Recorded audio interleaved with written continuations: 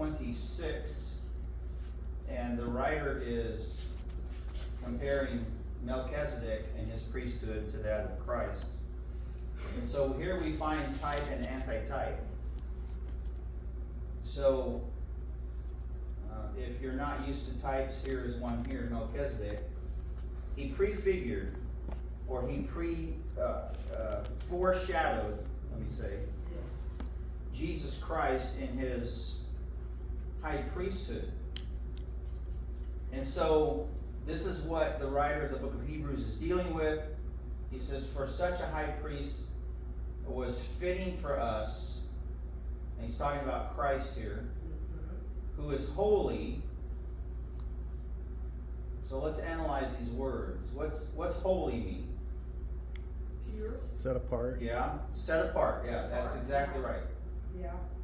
Scott nailed it. So this is where you get your word saint from, or sanctified from. It's holy, sanctified, set apart, Yeah. harmless.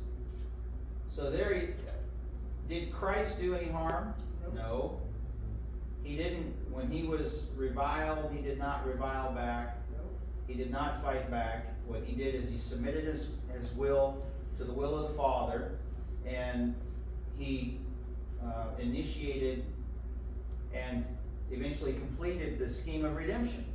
He had to die on the cross and shed his blood. He had to raise from the dead on the third day. He had to go back into heaven and take the throne. He had to offer his blood in the true Holy of Holies. So he's ministering as high priest, and he's harmless. So he's undefiled. And so all of these things deal with his sanctification as high priest. So without getting too much into the weeds, when you read, especially in it's Leviticus chapter 9, you see that the high priest, he had to change his garments. He had to put on the holy garment. He had to, let me back up, change his garments, get out of his old garments. He had to bathe himself in water. All right. Then he had to put on the holy garments, and then he had to go and do his ministry. And there were times where the high priest had to change his garments several times because the garments became dirty. So he's undefiled, separate from sinners. Now what does that mean there? How is it that Jesus is separate from sinners? He never sinned. He He never was sinned. sinless. There's no sin in him. So he's separate from sinners in that regard. Now the Bible does say that he became sin. Let's look at, just as an example, 2 Corinthians, I think it's chapter 5 and verse 21. Yeah. 2 Corinthians 5 and verse 21.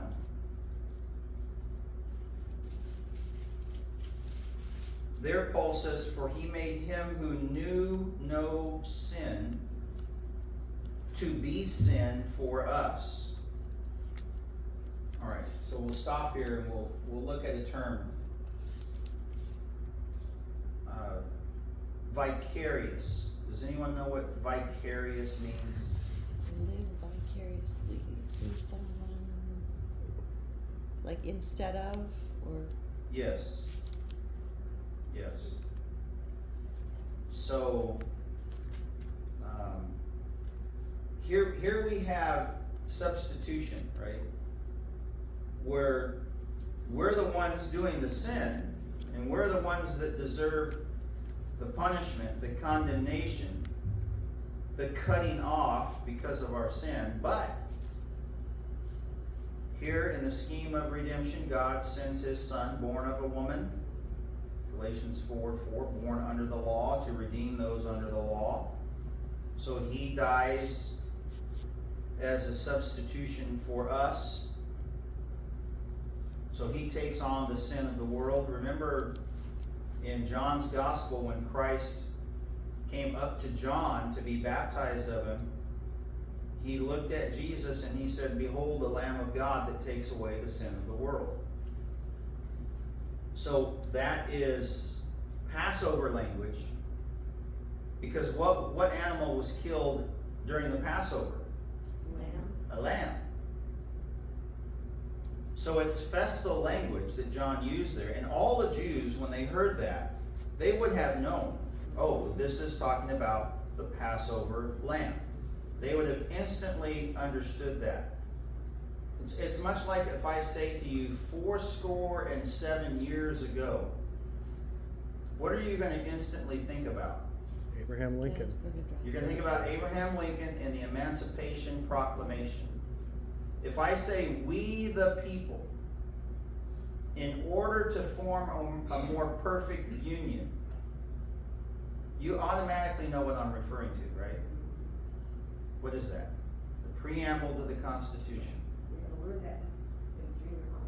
So as soon as Jesus or one of the apostles or any Jew would use a part of that language, they would understand the entirety of the context. They would know, okay, this is that. So when John said, "Behold the Lamb of God," they would have automatically, oh, well, that is festal language. That is in reference to the Passover, one of the feasts of the Lord.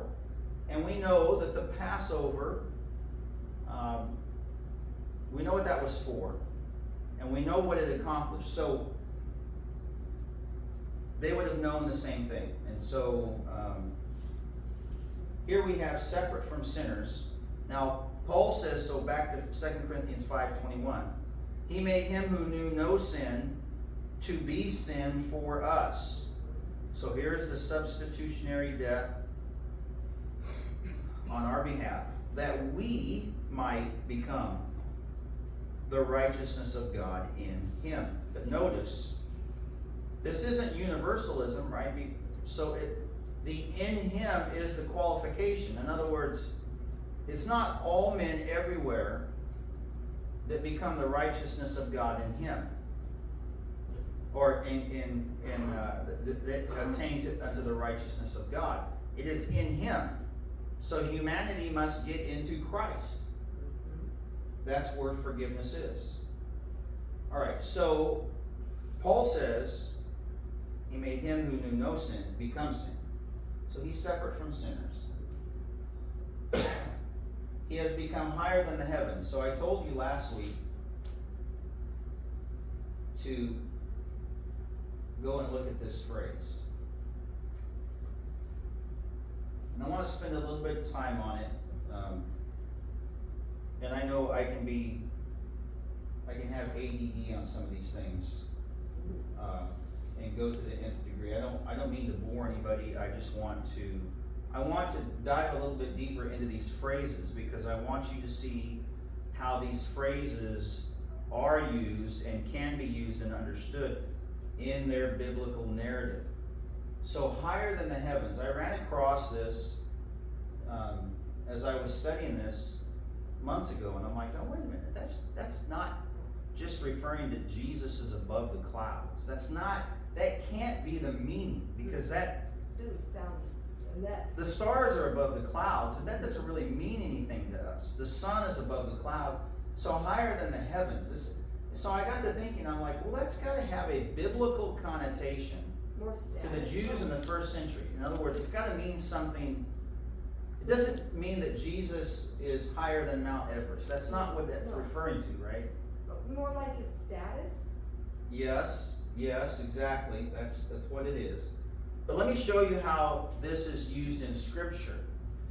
So I got to thinking, okay, where else is this found?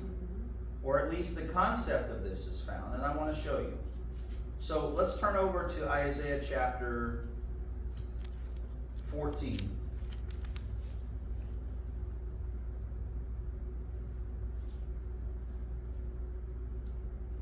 And here's where you're really going to find this idea. So Isaiah 14 is set in the context of God's judgment against Nebuchadnezzar, the king of Babylon.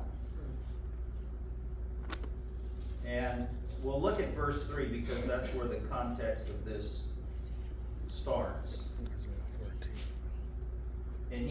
So Isaiah 14:3, it says, and it shall come to pass in the day the Lord gives you rest from your sorrow. In other words, you remember Babylon would come in and would take Israel captive.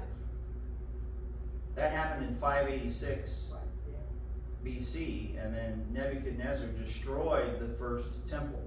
He destroyed Solomon's temple, demolished it. So Israel is in bondage, but here's the promise that God made to Israel. It shall come to pass in the day that the Lord gives you rest from your sorrow. So rest is coming to them. And from your fear and the hard bondage in which you were made to serve. So they were under bondage, or was soon going to be under bondage to Nebuchadnezzar, Babylon. Excuse me. Verse 4, that you take up this proverb against the king of Babylon and say, so this is Nebuchadnezzar, how the oppressor has ceased. The golden city ceased, that's Babylon. And the Lord has broken the staff of the wicked, the scepter of the rulers, and he who struck the people in wrath with a continual stroke, that is Babylon. He conquered all of the nations of the biblical world at that time. He who ruled the nations in anger is persecuted and no one hinders. So if you'll remember in Daniel, the book of Daniel says that after the head of gold, who is King Nebuchadnezzar, would come a kingdom that was inferior to them, and it would be the chest of silver, right? And that was the Grecian kingdom under Alexander, I'm sorry. Persia, Let me right? back up. Yes. Persia, The Medo-Persian kingdom. So the Medes and the Persians would come in and they would conquer Babylon. And then the Greeks would come in, would eventually rise up in 331, 336 BC, and they would conquer the Medo-Persians. And then Rome, about 46 or 41-ish BC, would rise up and conquer the Greeks. So you have this procession of kingdoms, one after another, one after another. Well, Babylon would fall to the Medo-Persian kingdom. And this is the prophecy of that. So he says, let's look at verse 7. The whole earth is at rest and quiet. They break forth into singing, because now Medo-Persia has come in. Indeed, look at verse 8. The cypress trees rejoice over you, and the cedars of Lebanon, saying, since you were cut down, no woodsman has come up against us. So the creation itself is personified. Not that trees actually say things like this, but this is done as a word picture to amplify the peace that the Medo-Persia kingdom would bring when they conquered Babylon. Now, look at verse 9. This should say Sheol, but the New King James says hell. Sheol from beneath is excited about you to meet you at your coming. It stirs up the dead for you, all the chief ones of the earth. It has raised up from their thrones all the kings of the nations. So what do we have happening? Well, we have Babylon, who put the kings of the nations into Sheol, into the grave. Now he's suffering the same fate as he perpetrated on the rest of the world. And now he's going to them. And so now they rise up. I don't think this is literal. I think this is just a hyperbolic word picture to amplify the death of King Nebuchadnezzar for what he had done. And then notice verse 10. They all shall speak and say to you, have you also become as weak as we? Notice that. He was a man and he died. And he went to them. He went to them in the grave, in Sheol. The King James says hell. But remember, hell just means covering. That's all it means. It's the same word we get our English word helmet from. And what does the helmet do? Does the helmet produce eternal conscious torment? Or does the helmet just cover the head? That's all the helmet does. All right. I won't go down that rabbit hole. But let's look at verse 11. Your pomp is brought down to Sheol. I wish they would have been consistent on this. It's either hell or Sheol. But it's the Hebrew word Sheol. In verse, where was it? Oh, in verse 9. Sheol from beneath is excited. Now they use the term Sheol in verse 11. They should have just been consistent. And the sound of your stringed instruments, the maggot is spread under you, and worms cover you. So let me pick on myself here a little bit. I had a Church of Christ preacher in Porterville try to tell me, well, this is eternal conscious torment. Hell. And I'm like, no, it's not. No, there's no torment here. I said, so you want to say that the king of Babylon, look at the end of verse 11, the maggot is spread under you and the worms cover you. I said, so are there spiritual worms in hell that are going to eat your physical body somehow, that you're in the grave? I go, no, but there is the death worm.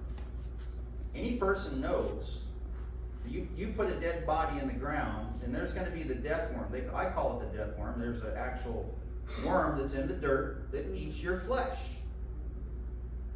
And so I said, this is just nothing more than Sheol. This is not eternal conscious torment. He's in the grave, and the maggot is spread under you, and the worms cover you. Anyways, look at verse 12. How you are fallen from heaven, O Lucifer, son of the morning. Now let's just stop there. You're fallen from heaven, O Lucifer. Well, I don't know what the ESV says. O star of the morning, yes, son of the star. dawn. That is how it should have been translated. Star of the morning. The morning star. Okay, so this is the day star. So this is not Satan. This is not the devil. Lucifer has nothing to do with a spiritual being called Satan or the devil. Lucifer is nothing more than what the King James translators did. They abandoned the Hebrew and they went to the what's the Catholic? Latin, right? The Vulgate. They went to the Latin Vulgate. Thank you. They went to the Latin Vulgate, and instead of translating morning star as morning star or day star, they translated it as Lucifer, because that is the Latin term for day star, light bearer, Lucifer. Anyways, they really butchered this. So in the context, this is actually talking about Nebuchadnezzar, right? Nebuchadnezzar. The Yes, fall. exactly. Yeah. Exactly. He was the day star because he was the king who reigned over the nations of the biblical narrative. But when Medo-Persia came to power and brought him down, killed him, put him in the grave, and the maggot was spread under him and the worms covered him, now God is saying, look, you've fallen from heaven. You think you were in heaven because you rule over all of the land mass of the biblical narrative. You rule over all of this.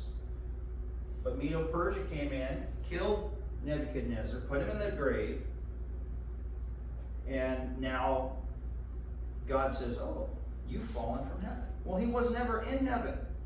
This is just a spiritual word picture to illustrate and to emphasize his lofty position. Heaven has now been taken away from him. Although he was never literally in heaven. He was just, in the mind of men, he was exalted to that position. So let's read on. How you are cut down to the ground, you who weakened the nations. This isn't Satan. This is Nebuchadnezzar. Lucifer, which just means light bearer, or the morning star, the day star. That's what it means. Look at verse 13. For you have said in your heart, I will ascend into heaven. What do rich, pompous, arrogant men think about themselves? They think they're God, right? Yeah. They really do. Well, this is King Nebuchadnezzar. And what he did is he exalted himself above God and said, I'm going to ascend into heaven. I will exalt my throne above the stars of God. That's what he's thinking in his mind. This is his arrogance. And God says, oh, no, I don't think so. Right? God has every heartbeat that we have in his hand. Every breath that we take is his. He gives it to us. So watch this. I will sit on the mount of the congregation. What he means by that is he's going to be the head of the church, so to speak. So he thinks. The congregation of people that he now rules over, he's going to sit as head on the mount of the congregation. So here he's got a congregation of people that he now rules and reigns over. But God would bring him down because he was an evil man. Now watch.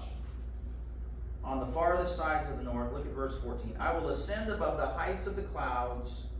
I will be like the Most High. Wait a minute. That's blasphemy. What does God do to someone who blasphemes? Takes them down. Pride comes before what? Well, A fall. And a haughty spirit before destruction. Look what God does. This is not Satan. This is King Nebuchadnezzar. Yet, verse 15, you shall be brought down to Sheol. That's the grave, the pit. To the lowest depths of the pit. And those who see you, look at verse 16, will gaze at you and consider you, saying, is this the man who made the earth tremble? You see, it's not a spiritual being. This is the man, Nebuchadnezzar. And he's brought down to the pit. The Medes and the Persians put him to death. it's interesting how from the futurist perspective that, growing up Baptist, and I think most evangelical futurists all Yes. were saying this was Satan. Yeah. Yeah. I think the churches of Christ did too. I think most of our guys, a large portion of our preachers would say, oh, this is Satan. Mhm. Wait a minute, just slow down a minute and just read. So is Satan a man? Because in verse 16, is this the man that made the earth tremble? This is Nebuchadnezzar. It's not a spiritual being. It's not the devil. It's not Satan. Well, he's called Lucifer. Well, who said Lucifer's connected to the devil? Nobody said that. That's a religious tradition. We came from a church that was like a MacArthur church, and it was very much verse by verse, exegetical, and there was so much pride in that. But they would go through something like this, verse by verse, see that it's Nebuchadnezzar, and then jump to their traditions. Yes. It's Satan. It's very, just- look, everybody does the same thing, right? Yeah. It's very hard to jump some of these hurdles yeah. and just admit, look, we're wrong. We were wrong on this. Just look at the context. Nobody wants to be wrong though. No, nobody Yeah. wants to be wrong. Man, I've been wrong so much. Yeah. It's It's a learning Yeah. process. It is a learning process.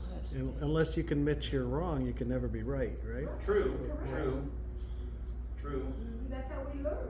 Verse 4 is the king of Babylon. Verse 16 it calls him a man. This is not a spiritual being. We know who this is in context. Well, he's called Lucifer. So what? There's nothing in the text that connects the name Lucifer. And that's a bad translation, right? It is a It's bad the translation because it morning comes star, from the Latin Vulgate. the Latin Vulgate, yes, Yeah. and not the Hebrew. Yeah. So you have the LSB there? Yeah, And it says, "Oh, star of the morning, There you son go. of the dawn." Yeah. Star of the morning, that's how it should be translated, or day star. Star of the morning or day star. Light bearer is another translation of it, but not Lucifer. Lucifer, you're speaking Latin. Well, it wasn't written in Latin, it was Hebrew. All right, so, but I just want to point out that higher than the heavens. So when we look at Nebuchadnezzar, he thought he was up into the heavens with his arrogance. So what I'm trying to say is, I think this phrase here is a phrase that applies to the rulers in their haughtiness. The Jews, the rulers of the Jews, thought the same thing. Okay? And now, let me give you another example. Now, I'm not gonna be comprehensive on all this, but if we go to, I think it's Matthew 11, I think it's 11:23. Let me turn over there and see first. Yes, I'll give you another example of a city being exalted to heaven. Now, this isn't literal, this is just a phrase that they used in order to emphasize the arrogance of the people. You ever hear the term, well, who died and left you God? Or who died and left you boss? Right? A person now is exalting themselves. Well, the Bible has the same kind of idioms, just in a different way. Now they're exalted. Who died and exalted you to heaven? So look at Matthew 11:23. So we'll back up to verse 20. It says, "Then he began to rebuke the cities in which most of his mighty works had been done, because they did not repent. Woe to you, Chorazin! Woe to you, Bethsaida! For if the mighty works which were done in you had been done in Tyre and Sidon, they would have repented long ago in sackcloth and ashes. But I say to you, it will be more tolerable for Tyre and Sidon in the day of judgment than for you. And you, Capernaum," and watch this, here it is, "who are exalted to heaven."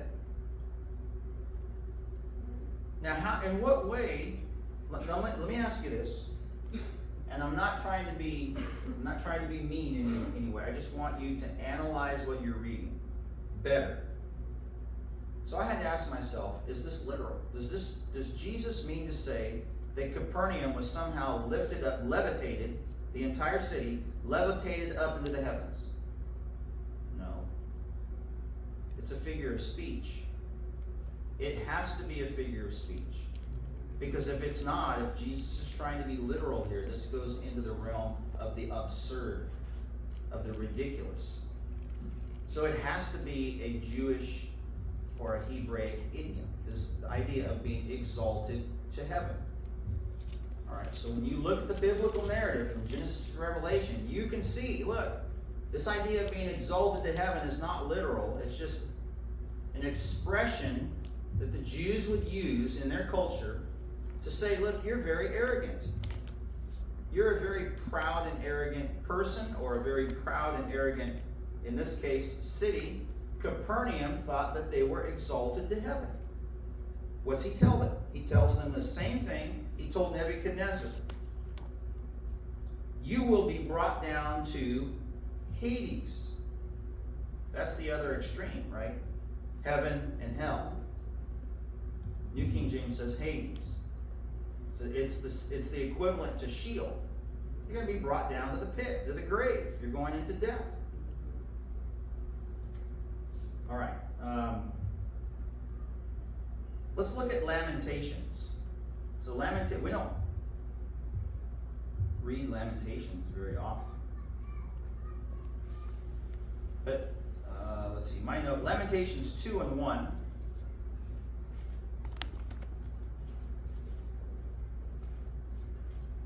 This is it. So Jeremiah wrote the book of Lamentations. Lamentations is right after Jeremiah. He's the author. And he's talking about God's anger with Jerusalem. He was left in the city to watch it burn. He was an eyewitness to Nebuchadnezzar destroying Jerusalem the first time in 586 BC. So Lamentations 2:1, how the Lord has covered the daughter of Zion with a cloud in his anger. This is the storm clouds of judgment. He cast down, look at this, look at the wording.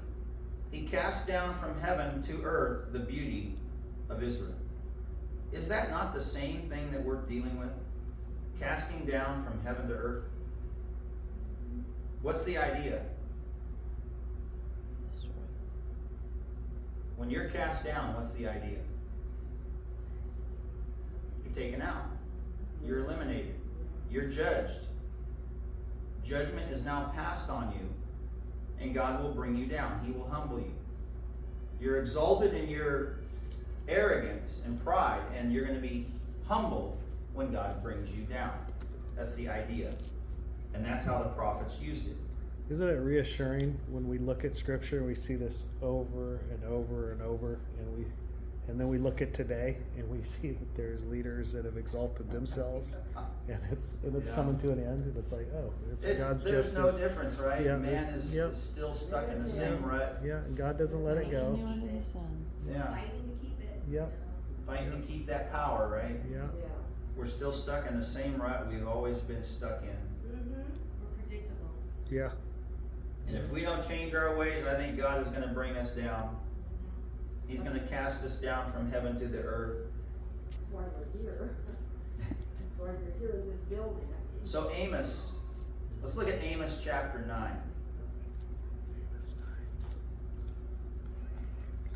I'll just show you how this term is used in the prophets. And I think we'll have a little bit better idea. So Amos 9 and verse 2. Now, I'm going to preface this, and Scott, since this is going up on YouTube, I know there's going to be people that disagree with this, but I'm going to say that Amos 9 is AD 70. I'll debate that. I'll stick with that. I wholeheartedly believe that Amos 9 is a prophecy about AD 70. But look at verse 2, Amos 9 and 2. This is about the destruction of Jerusalem. And just notice the language, how the prophets use the language. Though they dig into hell, that's Sheol, from there my hand shall take them. In other words, remember how the book of Revelation said they're going to seek death, or they're going to seek to escape, and they're not going to find any in the judgment that was to come upon Israel. So now here is a word picture where they're going to try to dig into Sheol, and God says, nope, you're not going to escape from me there. My hand will take them. Though they climb up to heaven, from there I will bring them down. Do you see that? It's the same idea. Heaven, earth. If they exalt themselves, I'm going to bring them down. Okay. So this is how this phrase is used in the prophets. So when we come to Hebrews and we look at this, that Christ has become higher than the heavens. I don't think he's talking about cumulus clouds and the stars in the sky. No. I think he's talking about the kingdoms of men. As those kingdoms of men considered themselves to be exalted in the heaven. Is Christ the King of Kings? Yeah. Yes, he is. Is he higher than the kingdoms of men? Yes, he is. All authority has been given to Jesus, right? He's our king. I remember the man who converted me, he said, you know what, you've got to make Jesus your king. And man, that punched me in the face. You got to make Jesus your king. And I'm like, oh, that hurt. Because you do. You have to make Jesus your king. If you pledge allegiance to him, what are you doing? You're making him your king. He's the King of Kings. So higher than the heavens. This has a connotation to it that Jesus is above the kingdoms of men, even the rulers of the Jews. They thought they were it, right? The Jewish Sanhedrin. We rule in the kingdoms of men. And Israel says, when you look at the book of Revelation, he says, I sit as queen. And God says, you might be a queen, but you're a harlot queen, and I'm going to take you out. And Jesus is now higher than the heavens. Not talking about clouds, not talking about where the birds fly. What he is he's now King of Kings and Lord of Lords, and he's above the heavens of men, over every nation of men. He's higher than the heavens. Not talking about above the 747s. No, he's higher than the heavens. What does that mean to the Jew? It means he's higher than all the rulers and the kingdoms of men. He's above them. He has the preeminence in all things. Does that make sense? Okay, so we kind of took the long route. Instead of a shortcut, I give you a long cut. Okay, that's what I think that means. And it makes sense to me. And I think that interpretation makes more biblical sense than to say, oh yeah, well, he's above the birds. You know, of course he's above the birds.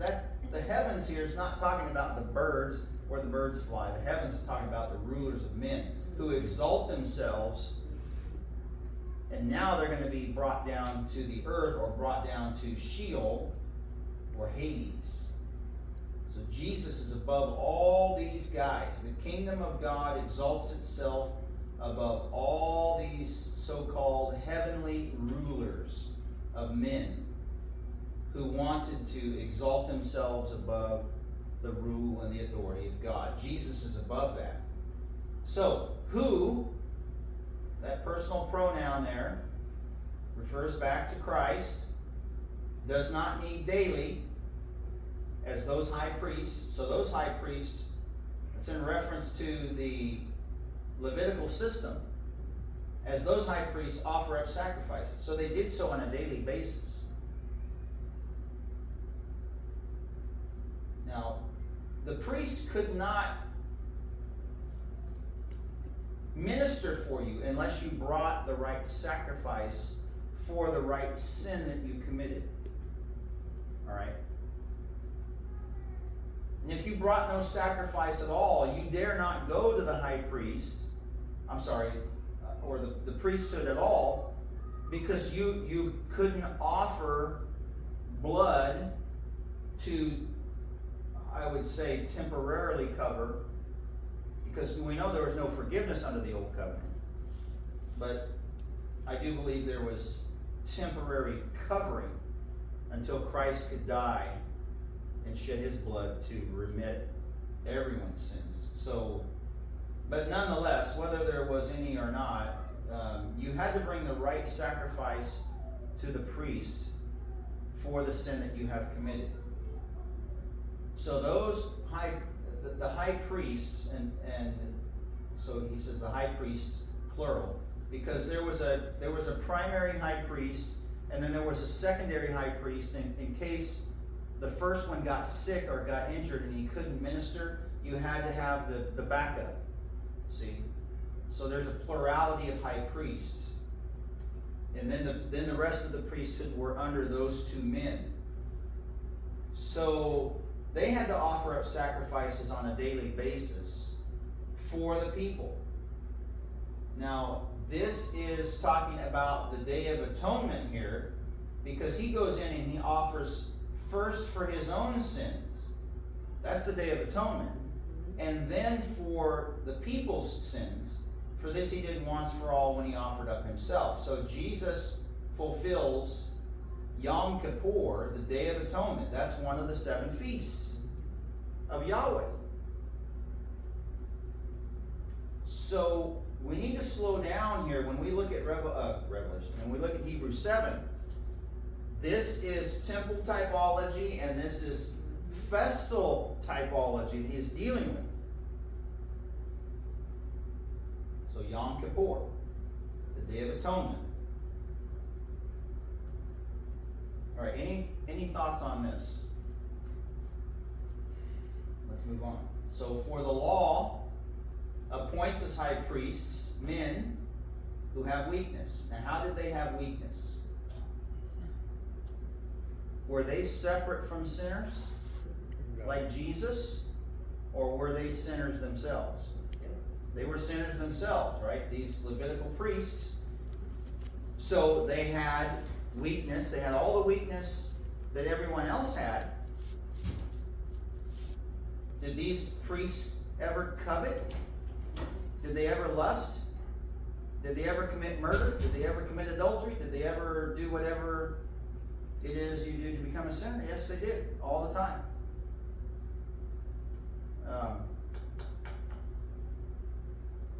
Who was it? Phineas. Was it Phineas that didn't control his 2 sons? and God destroyed them. They were drunkards. Or is that someone else? I think it was Phineas. I think so, yeah. I know what you're talking about, but yes. Nadab and Abihu, they offered strange fire, Leviticus chapter 10. They offered strange fire before the Lord. It was a perversion of the fire that was to be on the altar. And God burned them up.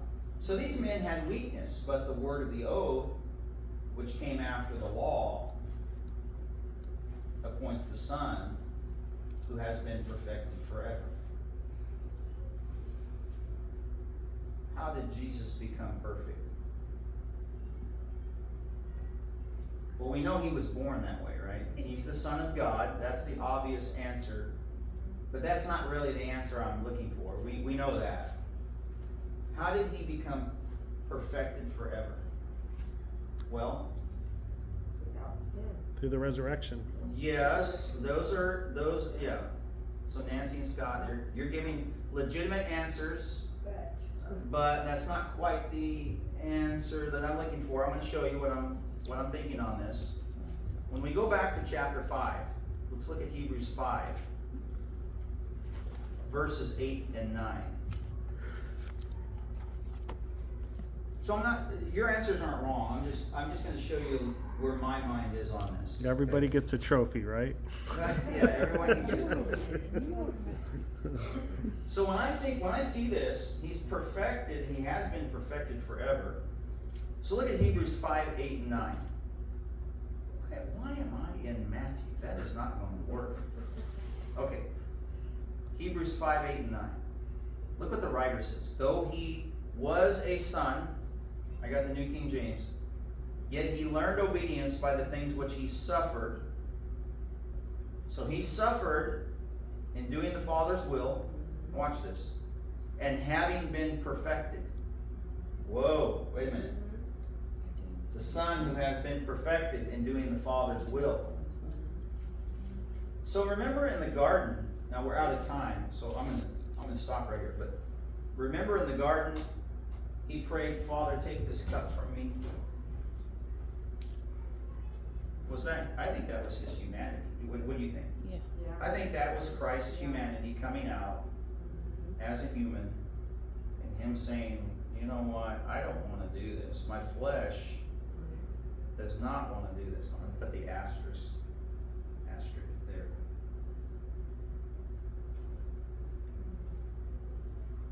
And then he didn't leave it there, did he? He said, nevertheless, not my will, but your will be done. So he humbled himself to the point of death, even death on the cross, and he submitted to the Father's will. And in doing that, he became the perfect, flawless, holy, sanctified sacrifice that has ever been offered. And I think that's the meaning of this right here. He has been perfected. Not that he wasn't perfect, but he submitted himself to the Father's will, and he was the perfect sacrifice, the best that has ever been offered. That's what I think it means. Any other thoughts? Makes sense. He's been perfected.